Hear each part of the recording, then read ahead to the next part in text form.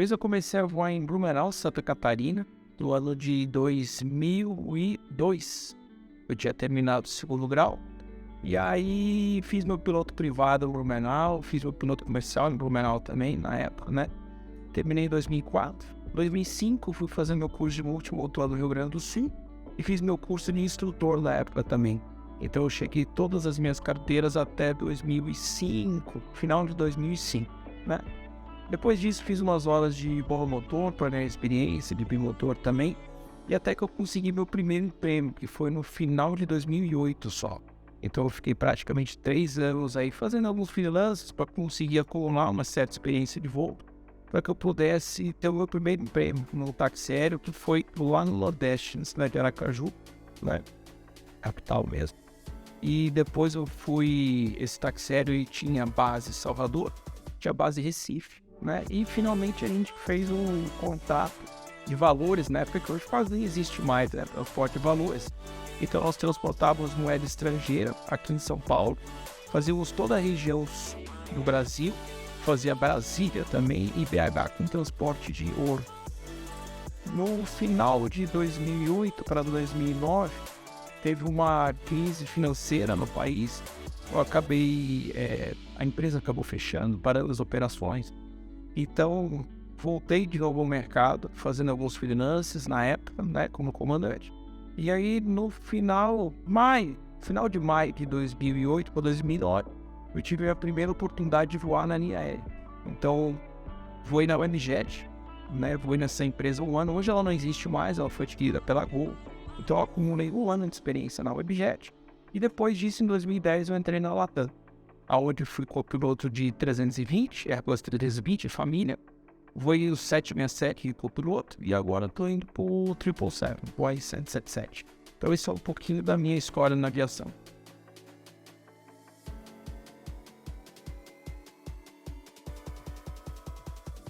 O Aeroclube, puxando um pouquinho lá atrás, eu voei o Aerobueno 115, 180. Hoje quase não existe mais o Aerobueno, né? São pouquíssimas as escolas que tem o avião convencional. Voei no Tupi, né? Voei em Cênica, devo ter umas 1.200, 1.300 horas de Cênica, tanto na minha instrução que eu tive na escola, como depois também no táxi aéreo. Então o táxi aéreo eu acumulei experiência do Cênica 2, Cênica 3 e Minuano. A empresa tinha um Minuano também, eu vou no motor. Então esses foram os equipamentos que eu voei antes de entrar na linha aérea.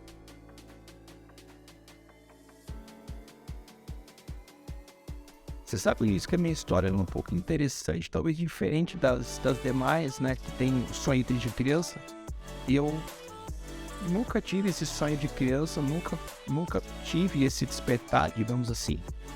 Mas por lá em Blumenau, nós morávamos perto do aeroporto que tinha lá, aeroporto quase como Bragança, um aeroporto pequeno, aeroporto regional.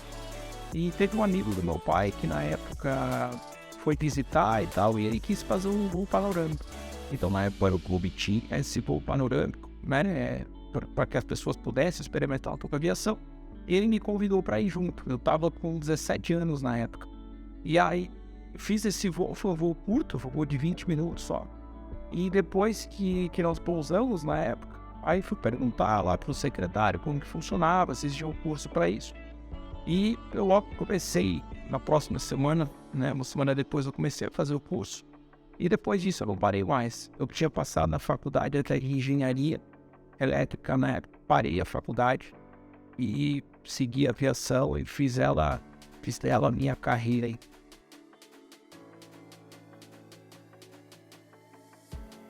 Eu vou dar um exemplo por mim. Eu, na época, eu entrei na aviação comercial sem ter faculdade, sem ter o grau superior, né? Depois que eu já estava uns 4, 5 anos na aviação comercial, foi quando eu decidi fazer a faculdade. Então hoje eu tenho bacharel em ciências aeronáuticas. Achei de suma importância, achei muito válido eu ter feito a faculdade na época.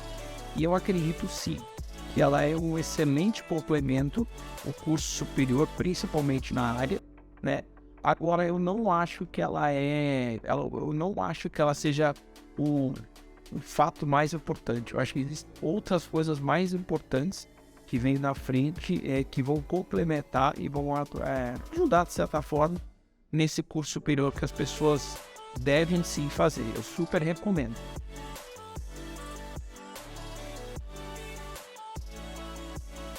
Luiz, você sabe que eu recebi um convite do amigo meu ano passado, né, para fazer parte, né, ter uma parceria numa aeronave.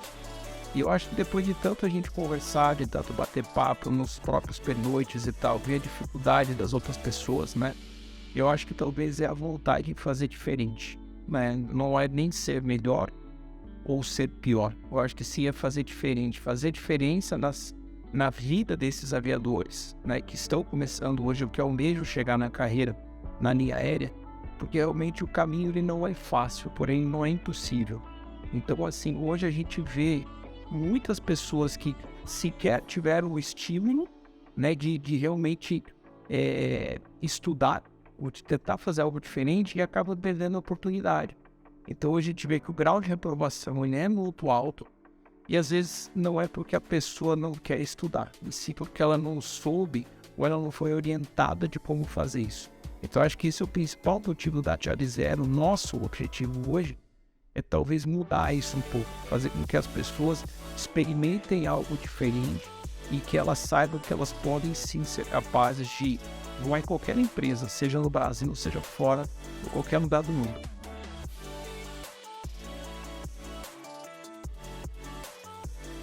Começa já desde o dia que a pessoa entra pela primeira vez aqui. Os nossos processos são diferentes, né? Os nossos manuais são todos digitais. As pessoas elas têm acesso, por exemplo, ao iPad dentro das aeronaves. Então, por mais que as aeronaves sejam mais antigas, mas assim, nós acreditamos muito na automação, então em processos automatizados. A maneira em que a pessoa marca o seu voo é tudo através de aplicativo, faz através do computador, né? E o próprio simulador, as sessões de simulador IFM, elas são no formato já de loft, ou seja, são cenários que hoje talvez, que eu acredito, nós somos talvez uma das únicas escolas, se não a única, que tem esse formato de ensino, ou seja, para quê? Para eu justamente poder estimular nos nossos pilotos e voos as competências, né? Que é competências, habilidades e atitudes do piloto, que hoje estão tão cobrados da gente na linha aérea.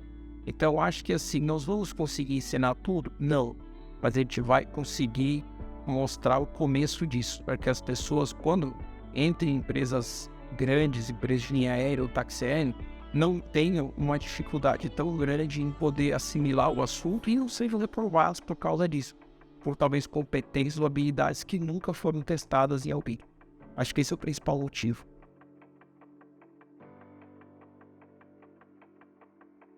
Isso é uma tarefa, talvez uma missão que a gente tenha, entregar pilotos ao mercado que sejam capazes de voar em qualquer lugar do mundo, em qualquer condição.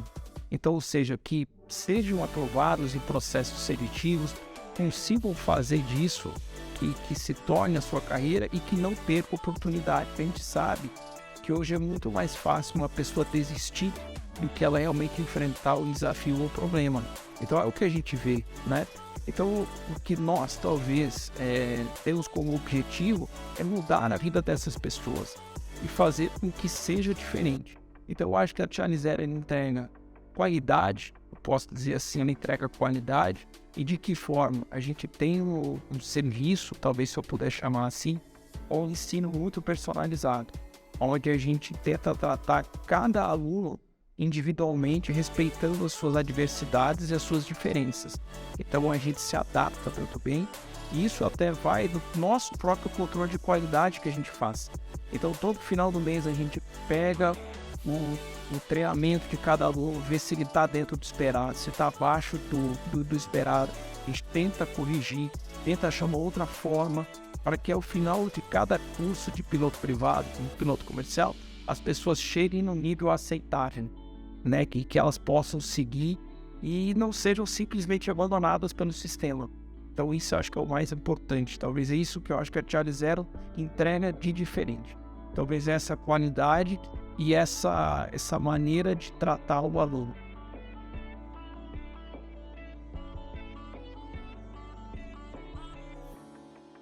Nós temos diversos casos já de pilotos, alunos, né?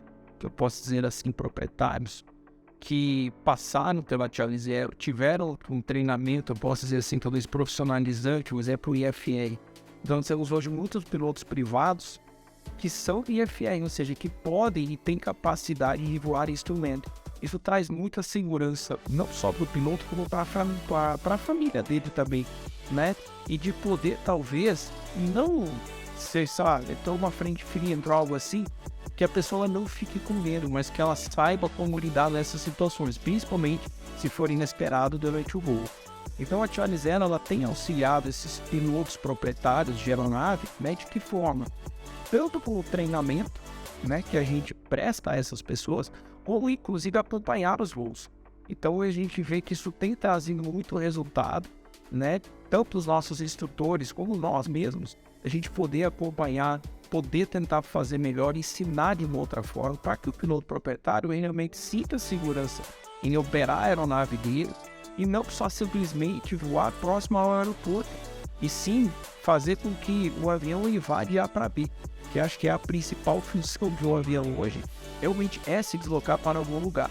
E talvez mais do que isso, sentir prazer nisso, e não que seja uma forma de uma barreira que a pessoa se bloqueie e não queira sair, né? Então, esse acho que é o nosso principal papel para o piloto proprietário, justamente esse treinamento, essa capacitação.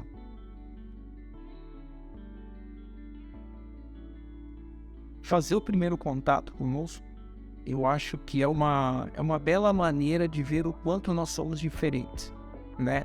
Seja para mim tomar um café, seja para fazer uma reunião via Google ou via qualquer plataforma dessa que a gente encontra hoje, e ver o quanto que a gente consegue tratar de forma diferente e até individualizada a cada caso. Então nós temos pilotos proprietários que querem ter aulas particulares conosco, adequar a agenda, principalmente temos muitos executivos que a gente atende hoje. Então acho que assim, esse primeiro contato ele é muito importante, né? E não só a pessoa primar pelo preço, o preço ele é muito importante, mas acredito que a qualidade ela faz parte desse primeiro contato e que as pessoas experimentem. Se elas gostarem, elas estão sim convidadas a realmente participar disso aqui e conhecer um pouquinho desse mundo, que a gente simplesmente não vai treinar a pessoa para que ela não volte mais. E sim, a gente sempre fala, a gente é uma grande família. Então todas as pessoas que já passaram por aqui, é difícil elas se desconectarem, né? A gente sempre faz reuniões, sempre tem bate-papo, tem os próprios grupos de WhatsApp, onde a gente troca experiência. E isso só acaba engrandecendo cada vez mais todas essas pessoas que fazem parte disso.